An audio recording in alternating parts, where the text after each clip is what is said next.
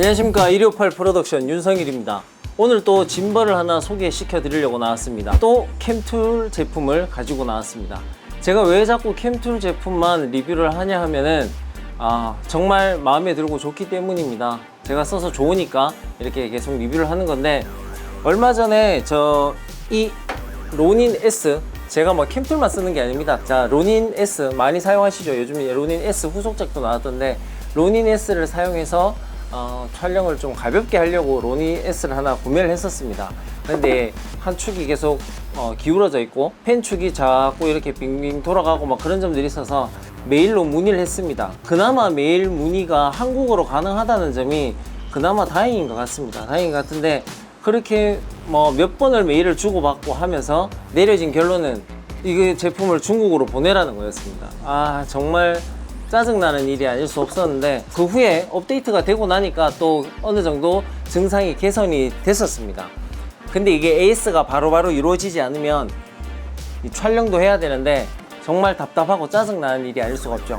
하지만 캠툴은 아무래도 국내 제품이다 보니까 이런 AS 면에서 정말 빠르게 대처를 해 주십니다.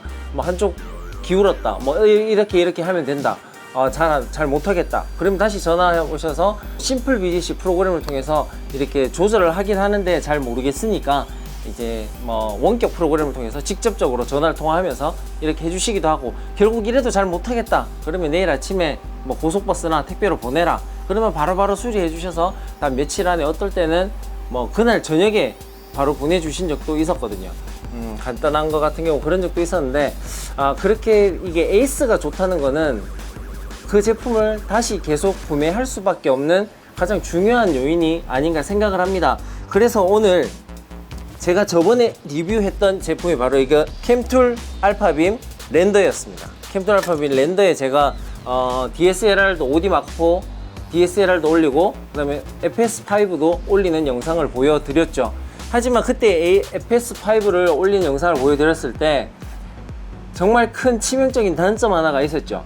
바로 FS5에 여기 FS5가 있는데, 이 FS5에 탑핸들을 떼고 올렸어야만 했었습니다. 이 탑핸들을 떼고 올리고, 그렇다 보니까 이 모니터를 떼서 다시 옆에 사이드에 장착을 하고, 아무튼 이 세팅하는데 여러가지 불편한 요소들이 많았습니다. 그래서 이게 통째로 이렇게 다 올라가는 짐벌이 있으면 참 좋겠다고 생각을 했었는데, 얼마 전에 미국의 NAB 쇼에서 캠툴이 이 제품을 들고 나갔었습니다. FS5가 그대로 탑핸들을 떼지 않고 통째로 올라갈 수 있는 짐벌, 바로 캠툴 알파빔 렌더의 후속 작품인 캠툴 알파빔 2입니다. 캠툴 알파빔 2. 우와, 어마어마합니다. 이렇게 비교해보면 이 캠툴 알파빔 2가 캠툴 알파빔 렌더에 비해서 많이 커진다는 것을 알 수 있습니다. 캠툴 알파빔 2가 지금 현재 판매되고 있지는 않습니다. 정식으로 판매가 되지 않은데, 제가 지난주 토요일 날 있었던 촬영 때문에 제가 좀 렌탈을 했습니다.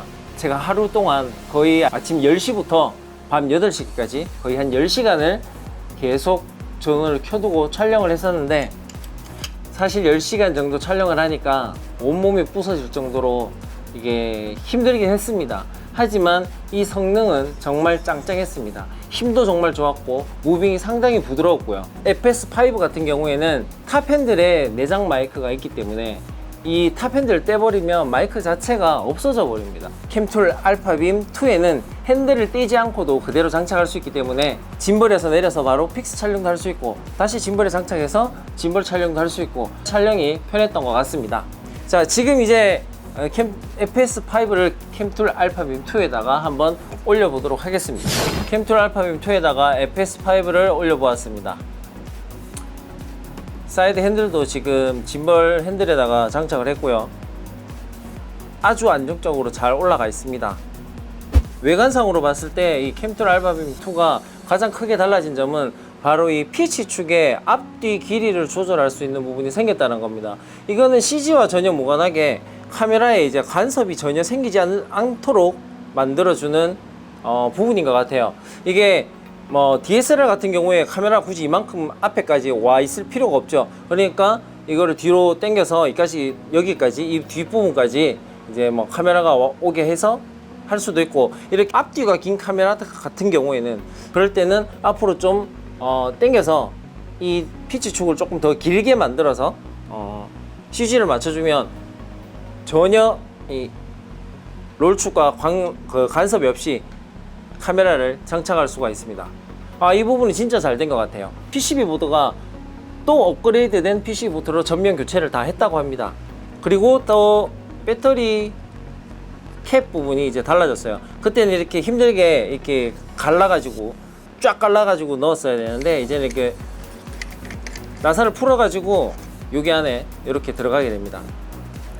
이 부분도 되게 부드럽게 잘 열고 닫힙니다. 전혀 힘든 거 없고요. 차라리 이게 캠툴 알파빔 랜더보다 조금 열고 닫기가 편해진 것 같습니다. 일단 전원을 한번 켜보도록 하겠습니다. 아주 부드럽게 작동이 잘 되고요. 이 부드러움은 진짜 이렇게 영상으로 이렇게 보여드리기가 한계가 있어서 정말 아쉽네요. 지난 주말에 제가 하루 종일 이 캠툴 알파빔 2를 사용하면서 한 가지 좀 아쉬웠던 점이 뭐냐면, 이게 뒤에 전원 버튼을 한번 누르면 배터리 잔량이 표시가 돼요. 배터리 잔량이 표시되는데, 오전 촬영을 하고 한 2시쯤 되니까 빨간불이 계속 깜빡깜빡거리는 겁니다. 와, 무슨 12시간 간다 그랬는데, 10시간 넘게 간다고 그랬는데 왜 이렇게 배터리가 빨리 닳지라고 생각을 하고 배터리를 꺼내서 충전기에 넣었어요. 넣었는데 한 50%가 아직 남아있는 겁니다. 그래서 남아있으니까 그냥 그대로 써보자고 하고 끼웠는데 불이 깜빡깜빡거리는 상태에서 오후 촬영을 거의 다 마쳤습니다. 결국에는 한 10시간을 사용을 하긴 하는 거죠. 배터리 한 조를 넣어가지고 거의 한 10시간 동안을 계속 전원을 켜둔 상태에서 사용을 했지만, 뭐 중간에 꺼지는 거 없이 또 약해지는 거 없이 충분히 사용을 했습니다. 근데 이 뒤에 배터리 잔량 표시되는 부분이 한 50%가 남았음에도 불구하고 빨간불이 계속 깜빡거리니까 상당히 신경이 쓰이더라고요. 그 점 말고는 정말 완벽했습니다. 정말 만족스러웠고 정말 최고였습니다. 가격이 좀 세더라고요. 대강 들었는데 가격이 좀 세긴 한데, 뭐 로닌 2나 뭐 이런 거 비해서는 또 저렴하니까 성능 하나는 자신 있게 추천해 드릴 수가 있습니다. 힘도 정말 짱짱합니다. 이렇게 눌렀을 때 제자리로 돌아오는 이 시간들을 보면 힘이 얼마나 좋은지 알 수 있겠죠. 뭐 더 이상 뭐 설명드릴 건 없고요. 저도 이렇게 하루 써보고 이제 곧 내일이면 이 제품을 반납을 해야 되기 때문에 더 써보려도 써볼 수가 없는 거고, 일단은 캠툴 알파빔 2에 대해서 간략하게 소개를 드렸습니다. 짐벌 본연의 성능과 AS 하나만큼은 최고라고 제가 추천드릴 수가 있습니다. 네, 지금까지 캠툴 알파빔 2의 간단 리뷰였습니다. 지금까지 1258 프로덕션 윤성일이었습니다. 감사합니다.